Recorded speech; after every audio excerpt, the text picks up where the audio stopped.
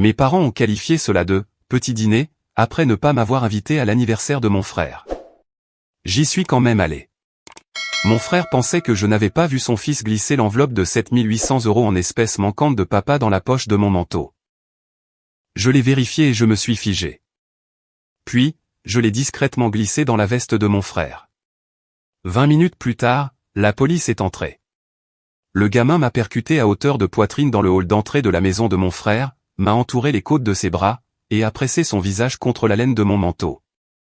J'ai senti le poids entrer dans ma poche droite avant qu'il ne recule. Otis avait 9 ans.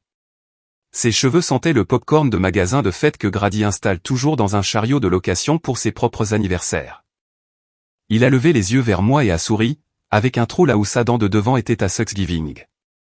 Papa a dit que tu viendrais. Il a dit, fais-lui des câlins en plus, parce qu'il est seul. Puis il est parti en courant vers le salon.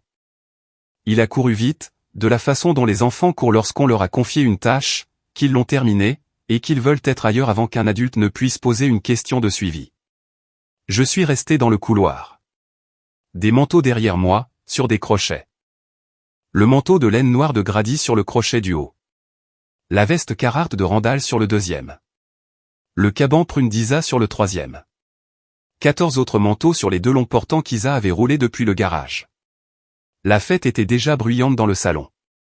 Quelqu'un avait mis un album des Kings of Leon de 2008 que Grady joue toujours, parce que ses goûts musicaux se sont arrêtés à ses 24 ans. Ma poche de manteau droite contenait environ 170 grammes de papier qui n'y étaient pas quand j'ai franchi la porte. Je pouvais sentir le contour à travers la laine, rectangulaire, dense, le poids exact d'une liasse de billets de 100 €. J'ai retiré la main de ma fille Ivy de ma manche. Elle avait 12 ans. Elle était venue avec moi, même si je n'avais pas été invité, car lorsque je lui avais dit à 16 h que nous passerions chez oncle Grady pour le gâteau, elle m'avait regardé et avait dit, « Papa, sommes-nous invités ?» J'avais dit que je n'avais pas vérifié. Elle avait mis ses bottes. « Va trouver tes cousins, j'ai besoin d'accrocher mon manteau. »« Papa, sommes-nous en difficulté ?»« Non, ma chérie. J'ai besoin d'une minute. » Elle m'a regardé comme elle me regarde depuis que sa mère a déménagé à Charlotte il y a 3 ans, c'est-à-dire avec la patience calibrée d'une enfant qui a déjà appris que les adultes disent la vérité par bribes. Et qu'aucune de ces bribes n'est assez importante en soi pour mériter qu'on se dispute. Elle s'est dirigée vers le salon. Je l'ai regardée partir. Puis je suis passé devant la porte de la salle de bain du couloir, je l'ai ouverte, je suis entré et j'ai verrouillé. J'ai sorti l'enveloppe de la poche de mon manteau. Manille, scellée, bombée. J'ai brisé le seau avec mon pouce. À l'intérieur, une liasse de billets de 100 €. Bande de la First Federal Credit Union, encre rouge, datée du mardi précédent. J'ai compté les bords exposés. 78 billets, 7 800 €. Derrière l'argent, un morceau de papier plié. Je ne l'ai pas déplié. Je n'en avais pas besoin. Je savais déjà 3 choses. Premièrement, mon père, Randall, avait dit à tout le monde à Asheville, pendant 4 ans, qu'il avait fermé son compte First Federal en 2018, lorsque l'agence était passée à un centre d'appel. Deuxièmement, le billet du dessus avait une petite marque de caissier rouge dans le coin supérieur droit, ce qui signifiait qu'un employé de banque l'avait compté depuis un tiroir l'après-midi même. Et troisièmement, mon père m'avait appelé d'un numéro masqué à 16h12 cet après-midi-là, pour me dire que le dîner d'anniversaire était, petit, seulement la famille immédiate, et que je n'avais pas besoin de venir. Il était 18h58 maintenant. Quelqu'un avait mis près de 8 000 € dans la poche de manteau d'un chef à qui on avait dit de rester à la maison. 170 grammes de papier que l'homme qui m'avait dit de rester à la maison insistait, depuis 4 ans, ne plus avoir accès. Je suis resté dans la salle de bain pendant 40 secondes. Je n'ai pas réfléchi. J'ai laissé mes mains faire. J'ai remis le papier plié et l'argent dans l'enveloppe. J'ai rescellé le rabat avec mon pouce. J'ai ouvert la porte de la salle de bain. J'ai descendu le couloir jusqu'au porte-manteau. Le manteau de laine noire de Grady. Crochet du haut. J'ai glissé l'enveloppe dans la poche poitrine intérieure, là où un agent immobilier garde son porte-carte. Elle est entrée proprement. La laine n'a pas bombé. J'ai tapoté l'extérieur une fois avec la paume de ma main. Rien. Puis je me suis retourné et je suis entré dans le salon. Si c'est l'histoire que vous êtes venu chercher, Abonnez-vous au compte de Le Coin Reddit, car lorsque la police est entrée à 19h22, elle ne cherchait pas Otis. Avant de vous dire ce que mon père a fait ensuite, je dois vous dire 3 choses. Mon nom est Jude. J'ai 41 ans. Je suis le chef exécutif et partenaire à 18% d'un restaurant appelé Sage & Thorn, sur Battery Park Avenue, dans le centre-ville d'Asheville. Je dirige une cuisine de 22 personnes. Je travaille dans des cuisines de ligne depuis l'âge de 17 ans, et chef de cuisine ou plus depuis mes 29 ans, et j'ai épaissi des fonds de veau dans plus de restaurants que mon père n'en a jamais fréquentés. Je gagne 90 000 € par an, plus des distributions trimestrielles. Et j'élève ma fille, Ivy, seule, dans un 2 pièces sur Kimberly Avenue qui a une porte d'entrée rouge et un petit jardin où elle fait pousser des tomates en été. Ma mère, Marlo, est décédée un mardi matin, il y a 6 ans. Elle était debout à son comptoir de cuisine, dans la maison sur Overlook Road, en train de faire du pain aux bananes. Elle avait 2 bananes trop mûres sur le comptoir et la tasse à mesurer en cuivre du set qu'elle avait acheté en 1988 dans une quincaillerie de West Asheville, et elle mesurait de la farine quand son bras gauche s'est engourdi. Elle s'est assise sur le linoléum. Mon père était dans le garage. Il l'a trouvée à 11h34. L'ambulance est arrivée à 11h41. Elle a été déclarée morte à l'hôpital Mission à 12h56, l'après-midi même. Elle était gauchère. Elle avait tenu des stylos, des couteaux, des cuillères et des tasses à mesurer dans sa main gauche toute sa vie. Et quand elle signait son nom, les lettres penchaient vers la droite, d'une inclinaison spécifique que j'aurais reconnue dans une pièce sombre. J'ai regardé sa signature sur des cartes d'anniversaire pendant 39 ans. Je la connais. J'ai ramené la tasse à mesurer en cuivre de sa cuisine 6 mois après les funérailles, quand mon père m'a demandé de l'aider à vider le garde-manger pour que la femme de Grady, Isa, puisse refaire les étagères. Elle est sur une étagère au-dessus de mon poste de préparation chez Sage & Thorn. Mes cuisiniers l'appellent la tasse de la mère du chef. Ils savent qu'ils ne doivent pas la toucher. Ils ne savent pas pourquoi. Je ne leur ai jamais dit. La 3e chose est le père Émile Barzin. Il a 71 ans. Il a été le pédiatre de ma mère pendant 22 ans avant de prendre sa retraite à 62 ans et d'aller au séminaire. Il est maintenant prêtre à Saint-Eugène, sur Culver Street. Il a été médecin pendant 34 ans, et il est prêtre depuis 9, ce qui signifie qu'il a passé toute sa vie d'adulte assis avec des familles, au moment que les familles préféreraient ne pas se rappeler. Et il a développé une qualité spécifique que je n'ai jamais rencontrée que chez une autre personne, il ne ressent pas le silence. La nuit des funérailles de ma mère, je suis resté assis dans ma voiture, sur le parking du salon funéraire, pendant 2 heures, car je ne pouvais pas lever mes mains vers le volant. Émile est sorti jusqu'à ma voiture, le col de son manteau relevé, et s'est tenu à côté de ma fenêtre côté conducteur. Il n'a pas ouvert la porte. Il n'a pas frappé à la vitre. Il n'a pas tapoté la fenêtre avec une phalange pour attirer mon attention. Il est resté là, dans le vent de novembre, les mains dans les poches, pendant 40 minutes. Et je le regardais depuis l'intérieur de la voiture, et il regardait les lumières du parking, et aucun de nous n'a bougé.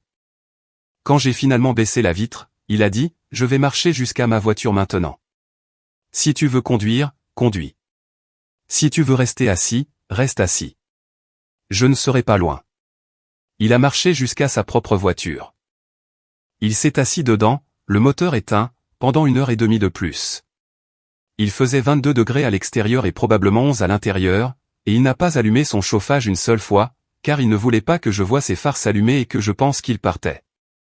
J'ai finalement démarré ma voiture à 22h47 cette nuit-là. Il m'a regardé sortir. Puis il est rentré chez lui. Nous n'avons jamais parlé de cette nuit. Il m'appelle tous les dimanches à 16h et me demande si je veux un café. Je dis oui environ la moitié du temps. Les dimanches où je ne dis pas oui, il ne demande pas pourquoi. Les dimanches où je le fais, il prépare un café qui est trop fort pour le goût de mon ex-femme et exactement parfait pour le mien. Et nous nous asseyons à sa table de cuisine, et il me laisse parler ou non. Et l'un ou l'autre lui convient, car Émile n'est pas un prêtre comme la plupart des prêtres. Émile est un médecin qui a pris un 2e emploi à la fin de sa vie. Et le 2e emploi, c'est l'écoute. Voilà qui je suis. Voilà qui était ma mère. Voilà qui m'a maintenu debout. Je suis entré dans le salon. 14 invités. Grady au bar, préparant un old-fashion pour quelqu'un. Isla à l'îlot de cuisine, avec un plateau de champignons farcis. Mon père, Randall, dans un fauteuil en cuir près de la cheminée, avec 3 de ses amis de poker autour de lui. Otis, courant près de la table basse avec une épée en plastique. Ivy à la table de la salle à manger avec la fille de Grady, Sadie. Toutes les deux, faisant défiler sur une tablette. Randall m'a vu. Son visage n'a pas changé. Le visage d'un homme qui avait déjà appelé la police il y a 30 minutes, et qui attendait que quelque chose se produise, qu'il pensait avoir déjà orchestré. Il ne s'est pas levé. Il m'a regardé par-dessus son verre de bourbon. Sa voix a porté, de la manière dont les voix portent quand un homme veut que tout le monde dans la pièce entende la phrase qu'il s'apprête à construire. Jude, je ne pensais pas que tu viendrais. Papa, j'ai amené Ivy. Je vois ça. Grady s'est retourné du bar. Grady a 39 ans. Il a le sourire d'un agent immobilier dans un marché qui est toujours sur le point de se corriger. Il a levé son verre à cocktail et m'a fait le petit signe de tête qui a remplacé toute reconnaissance sincère depuis notre adolescence. Jude, il y a de la bière dans le frigo. J'ai dit, merci. Je ne reste pas longtemps. C'est à ce moment-là que Randall s'est levé. Il a posé son verre sur la table d'appoint à côté de sa chaise, avec le soin particulier d'un homme qui attendait que la scène soit à lui. Les 3 amis de poker se sont tus. 2 des collègues immobiliers de Grady ont tourné la tête. Isla a posé le plateau de champignons sur l'îlot. Ivy a levé les yeux de la tablette. Elle m'a d'abord regardé, puis Randall, puis de nouveau moi. Mon père a prononcé sa phrase à toute la pièce. Tu n'as pas été invité parce que tu es devenu le genre d'homme qui confond sa propre opinion avec celle de tout le monde. Tu diriges un restaurant où tu sers à des étrangers ce que tu refuses de cuisiner pour ton propre père. Et tu te dis que c'est de la discipline. Ce n'est pas de la discipline. C'est du mépris. Déguisé en veste de chef.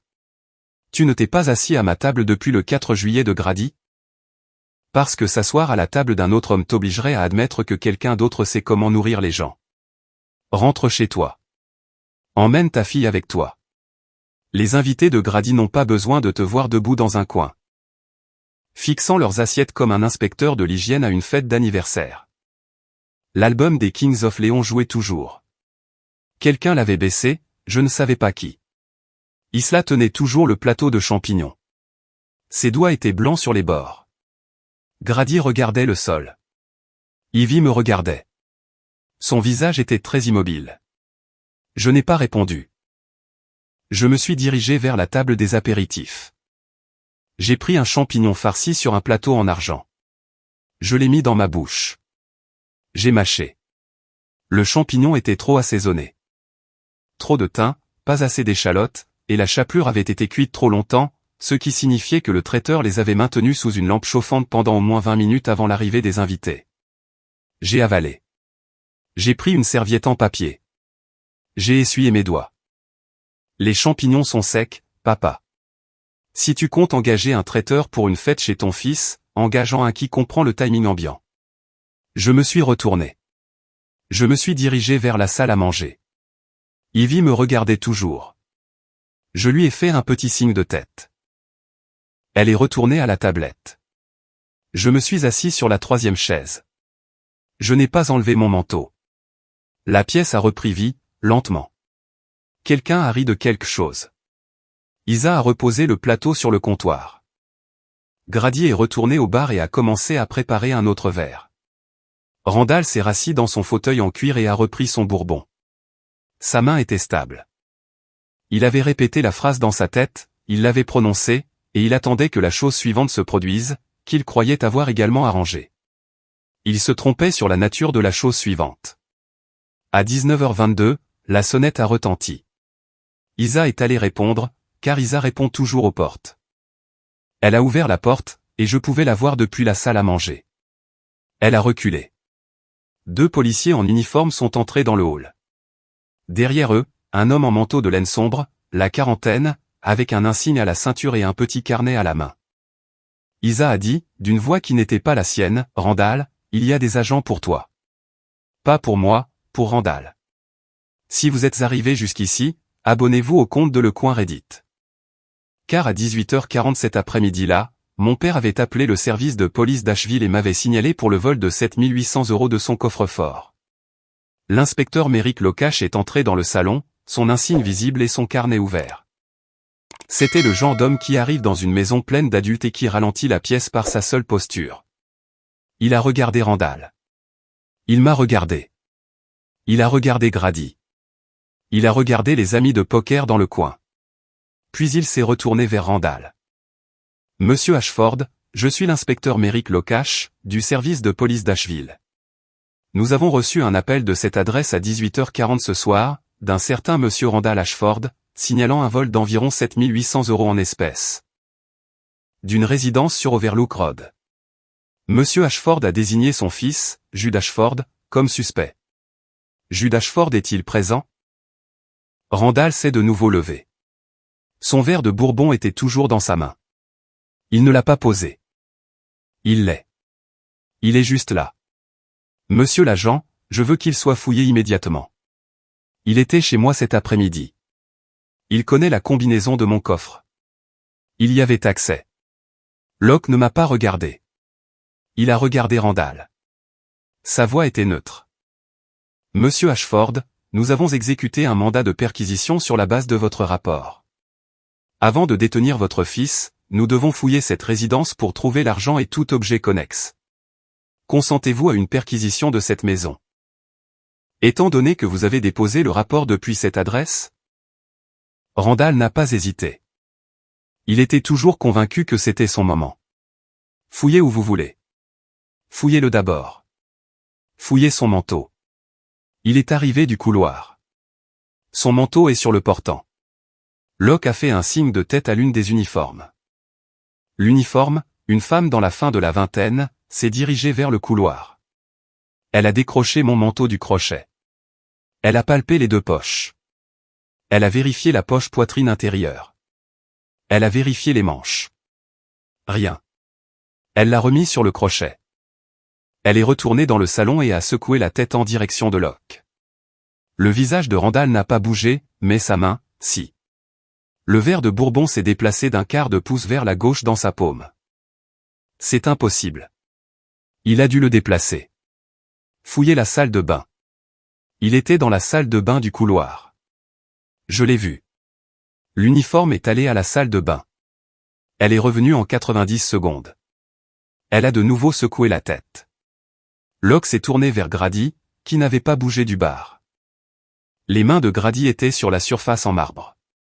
Le bar avait un bord en cuir roulé, et les paumes de Grady étaient à plat sur le cuir. Monsieur Grady Ashford, est-ce votre manteau sur le crochet du haut du portant du couloir? Oui. Pouvons-nous le vérifier? Les yeux de Grady se sont posés sur Randall. Les yeux de Randall se sont posés sur Grady. Quelque chose est passé entre eux, qui n'était jamais passé devant moi auparavant. Ce n'était pas de la communication. C'était de la reconnaissance. Grady a dit, oui. L'uniforme est retourné dans le couloir. Elle a décroché le manteau de laine noire de Grady du crochet du haut. Elle a fouillé dans la poche poitrine intérieure. Elle a sorti l'enveloppe manille. Elle l'a brandie. Les jambes de Grady ont flanché en premier. Il s'est assis sur le tabouret de bar derrière lui, sans l'avoir décidé. Le tabouret l'a rattrapé. Ses épaules se sont rentrées, sa bouche s'est ouverte d'un demi-pouce et y est restée. Sa main droite, qui était sur le bord en cuir du bar, a glissé et a pendu à son côté. Il a regardé Randall. Randall regardait l'enveloppe. Le verre de bourbon de Randall a finalement bougé. Il est tombé sur la table d'appoint, trop fort. Un quart de pouce de bourbon a éclaboussé le bois. Personne ne l'a essuyé. Locke s'est approché de l'uniforme. Elle lui a tendu l'enveloppe. Il l'a ouverte. Il a compté les bords exposés des billets. Puis il a déplié le morceau de papier qui se trouvait derrière l'argent. Il l'a lu. Son visage n'a pas bougé. Il l'a lu une deuxième fois. Il a levé les yeux. Grady Ashford. Randall Ashford. Ceci semble être un accord de consultation, daté d'avril 2020, entre vous deux, pour des paiements en espèces de 6 500 € par mois pour des services de consultation, signés par les deux parties. Témoigné par un tiers. La signature du témoin est Marlowe Ashford. Il m'a regardé. Monsieur Jude Ashford. Le nom de votre mère est Marlowe Ashford. Était. Elle est décédée en 2019. Lokash n'a pas réagi. Il a baissé les yeux sur le papier. Il a regardé la signature du témoin. Il a regardé la date, avril 2020. Il a regardé Randall.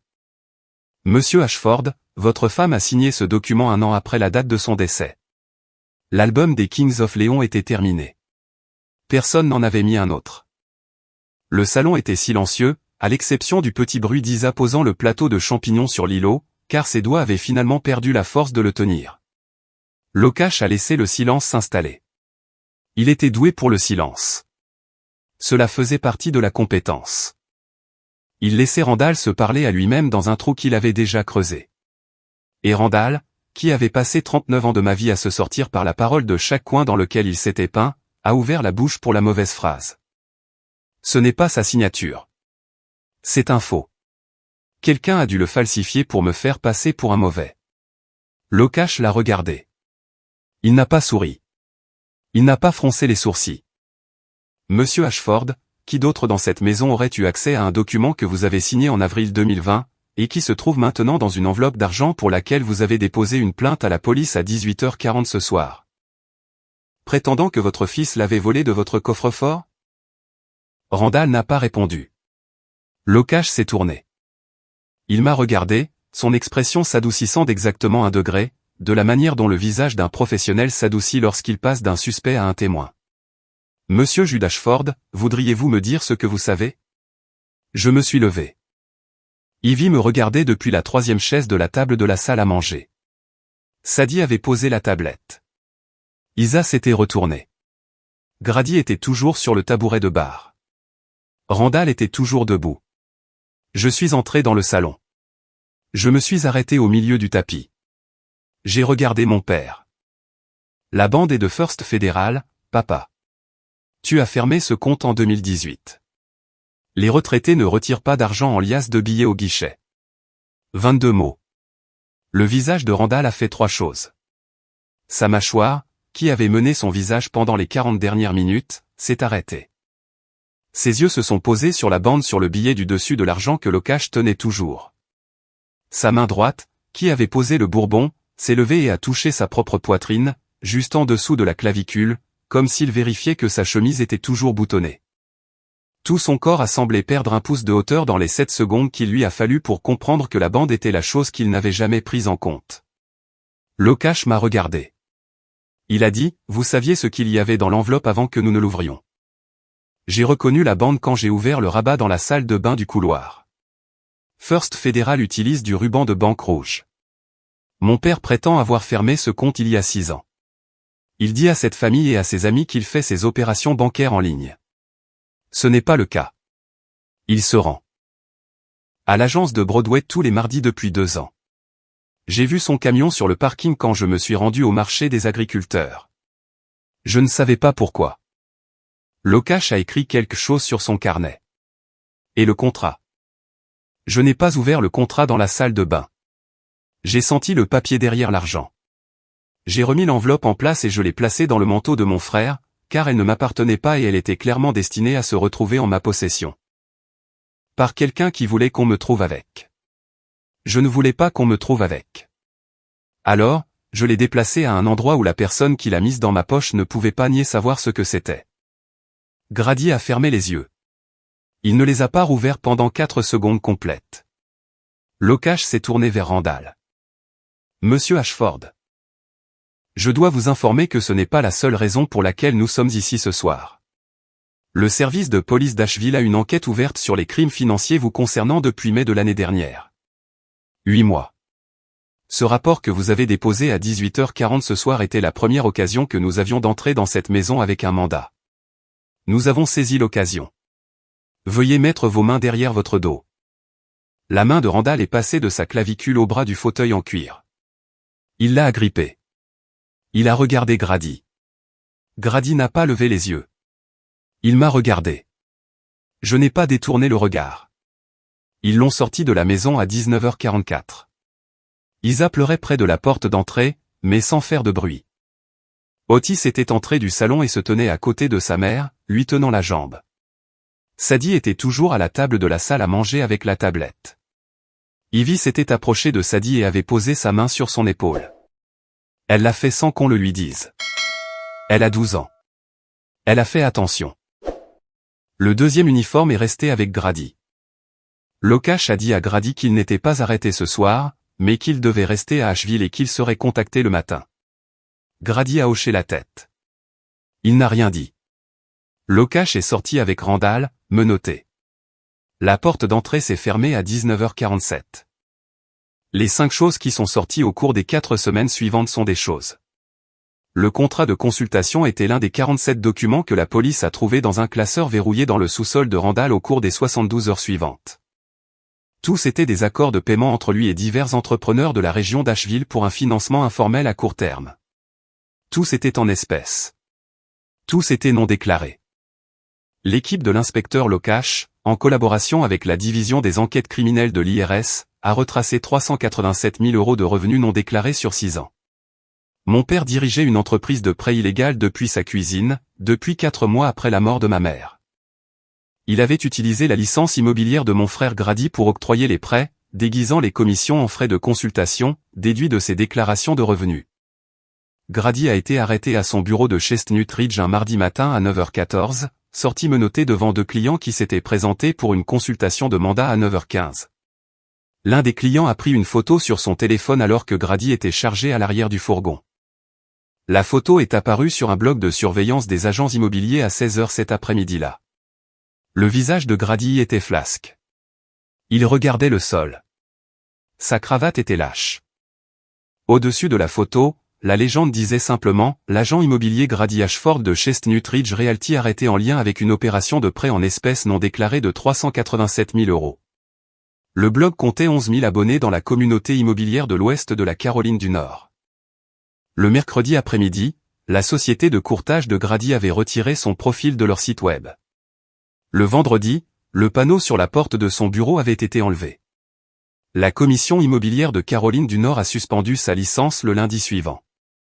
J'ai failli envoyer un SMS à Grady le soir de son arrestation. J'avais son numéro affiché sur mon téléphone. Mon pouce était sur la boîte de messages. Je n'ai rien envoyé. Grady était au bar quand Otis a placé l'enveloppe. Et Grady avait dit à Otis que c'était une surprise de carte de Noël, car Otis me l'avait dit dans la voiture 3 jours plus tard, quand Ivy et moi l'avons récupéré chez la mère d'Isa pour l'emmener voir les lumières de Noël à l'Arboretum. Otis avait 9 ans. Il avait fait ce que son père lui avait dit de faire. Il n'avait pas compris ce qu'il faisait. Mais Grady avait compris. Et Grady avait envoyé son fils de 9 ans pour placer des preuves de crime sur le manteau de son frère aîné, parce que Grady avait 39 ans et qu'il n'avait jamais, une seule fois dans sa vie d'adulte, pris la responsabilité d'une erreur qu'il avait commise. Et je savais ça de Grady depuis qu'il avait 22 ans et avait accidenté la Buick de notre mère, et dit à l'assurance que c'était moi qui conduisais. Je n'ai pas envoyé le SMS. Grady devrait s'asseoir seul dans son appartement et penser à ce qu'il avait fait faire à son fils. Et s'il était capable d'y penser, ce serait sa peine. Et s'il n'en était pas capable, ce serait une peine encore plus longue, et je ne serais pas celui qui la purgerait.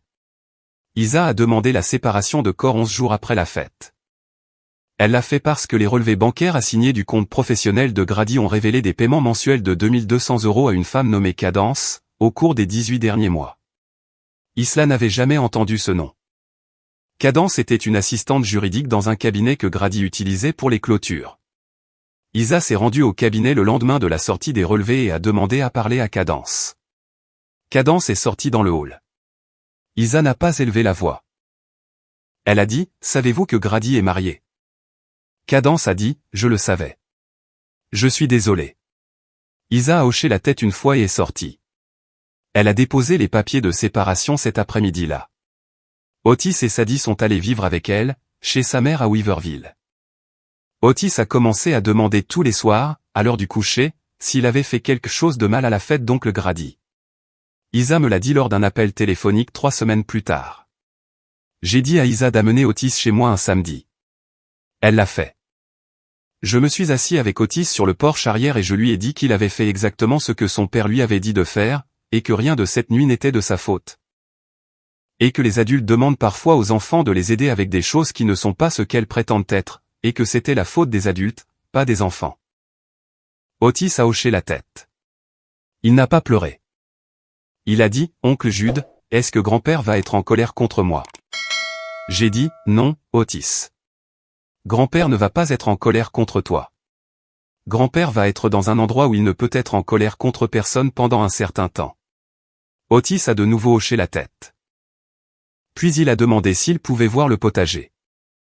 Je lui ai montré où iraient les tomates au printemps. Il a fait 2 fois le tour du carré surélevé et m'a dit que sa sorte de tomate préférée était les jaunes. J'ai dit que nous en ferions pousser des jaunes cette année. Il a demandé s'il pouvait venir aider. J'ai dit oui. L'argent de démarrage de l'opération de prêt de mon père était de 180 000 €. C'était la police d'assurance vie de ma mère.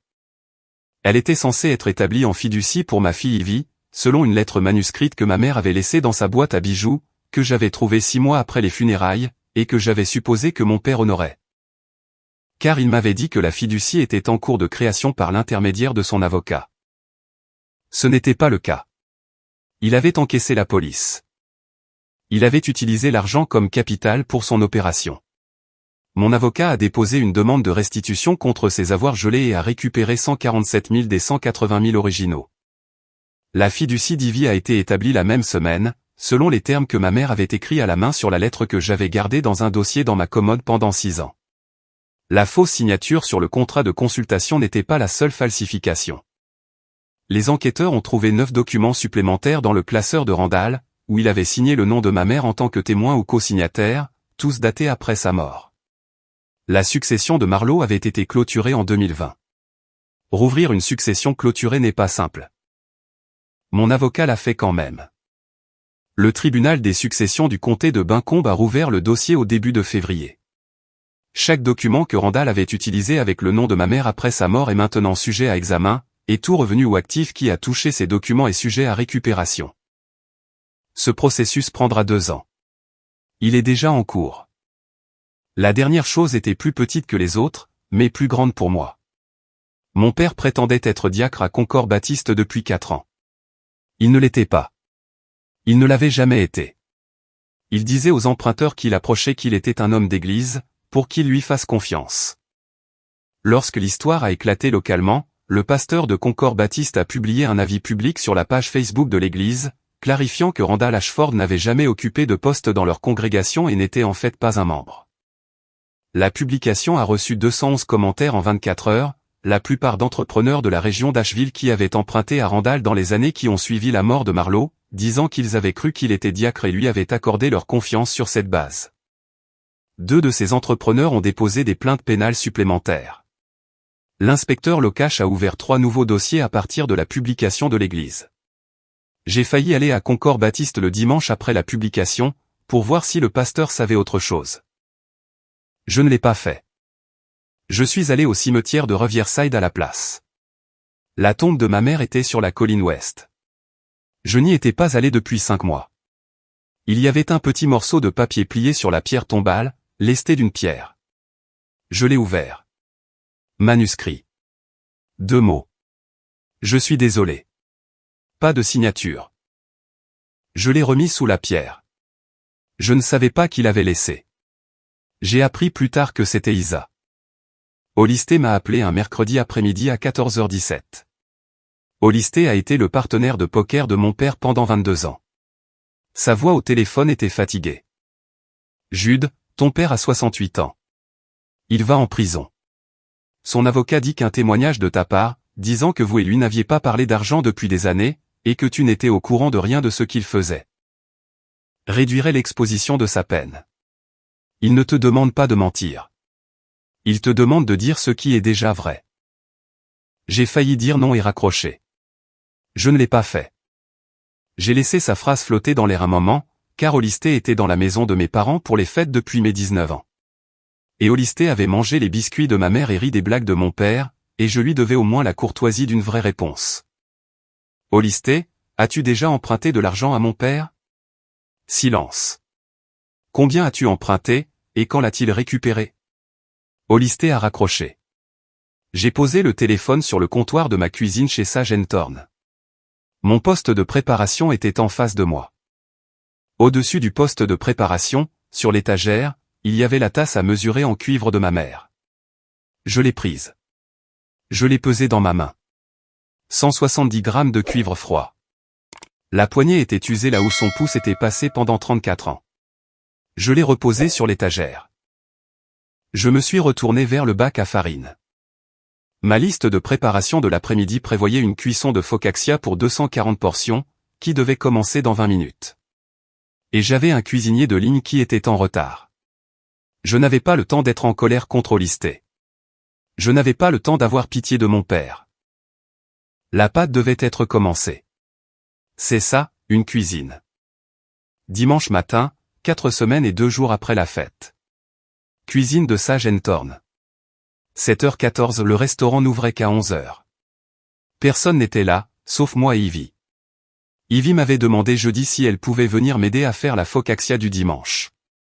J'avais dit oui, et je l'avais amenée à 7h, car Ivy a 12 ans, et Ivy n'a jamais été dans la cuisine avec moi un jour de travail, et je voulais que sa première fois soit lorsque la pièce était calme. Elle était debout sur un marchepied, au poste de préparation. Elle portait un de mes tabliers de cuisinier de ligne, qui lui descendait plus bas que les genoux. Elle avait un coupe-pâte en acier inoxydable dans la main droite, car je lui avais montré comment portionner la pâte, et elle avait immédiatement décidé que le coupe-pâte était son outil préféré. Ses cheveux étaient attachés en arrière. Elle avait de la farine sur la joue. Elle ne savait pas qu'elle avait de la farine sur la joue. Je n'allais pas le lui dire. J'ai pris la tasse à mesurer en cuivre de l'étagère. Je la lui ai tendue. Ses yeux se sont posés dessus. C'était à ta grand-mère. Elle a pris la tasse. Elle l'a tenue à 2 mains. Elle l'a tournée.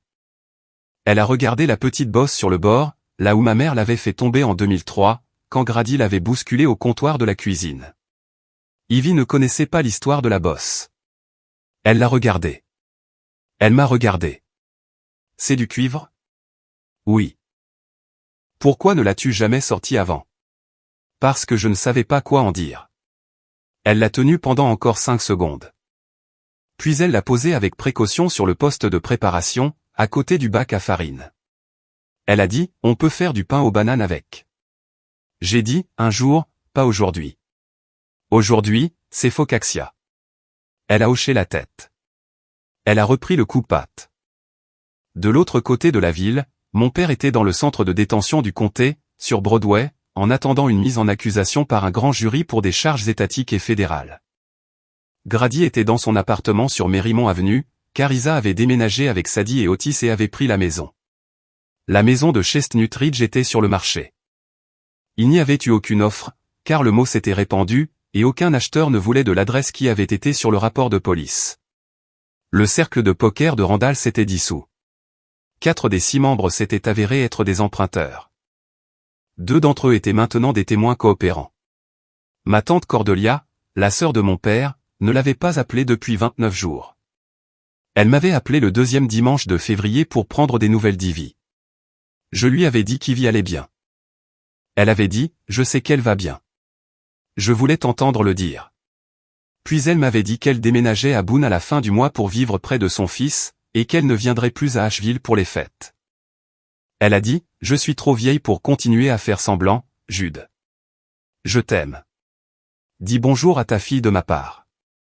La tombe de Riverside avait toujours la petite note pliée, lestée sous la pierre. Je l'avais remise où je l'avais trouvée. Je ne savais pas si Isa rendait encore visite. J'espérais que oui. Au poste de préparation, Ivy coupait la première pousse de pâte à focaccia en portions de 180 grammes. Ses coupes de coupe-pâte étaient inégales, car elle avait 12 ans et portionnait de la pâte depuis 11 minutes au total dans sa vie. Je l'ai laissé continuer à couper. Les portions égales sont pour les cuisiniers qui doivent servir 160 couverts. Les portions inégales sont pour les filles qui apprennent. Le SMS d'Émile est arrivé à 7h41. Café du dimanche à 16h. Ma cuisine. Amen Ivy. J'ai tapé une seule lettre en retour. Ok, la tasse à mesurer en cuivre était sur le poste de préparation, à côté du bac à farine. La lumière du matin, à travers la fenêtre de la cuisine, était sur le cuivre. La poignée était usée. La bosse était sur le bord. La pâte levait. Ma fille coupait des portions et les ratait, de la manière spécifique dont les enfants de 12 ans ratent les choses, c'est-à-dire complètement et sans excuse. Si cette histoire vous a trouvé aujourd'hui, abonnez-vous au compte de Le Coin Reddit et partagez-la avec la personne de votre vie qui dit à tout le monde qu'elle sait d'où vient une certaine enveloppe, et qui allait finir par la tenir. Ma mère, Marlo, était gauchère. Elle faisait du pain aux bananes les mardis matins. Elle est morte un mardi matin. Elle signait son nom d'une inclinaison spécifique, et aucun homme qui l'ait jamais aimée n'aurait pu penser qu'une version falsifiée de cette inclinaison tiendrait devant un tribunal. Et mon père, soit il ne l'aimait pas, soit il ne la connaissait pas. Et les deux sont des réponses que j'ai décidé de ne plus poser. Ivy a coupé une autre portion. Elle était trop petite. J'ai dit, celle-là est courte. Ajoute un bout de la chute. Elle a dit, d'accord, papa. La tasse en cuivre a capté la lumière du matin. Le four préchauffait. La pâte était prête.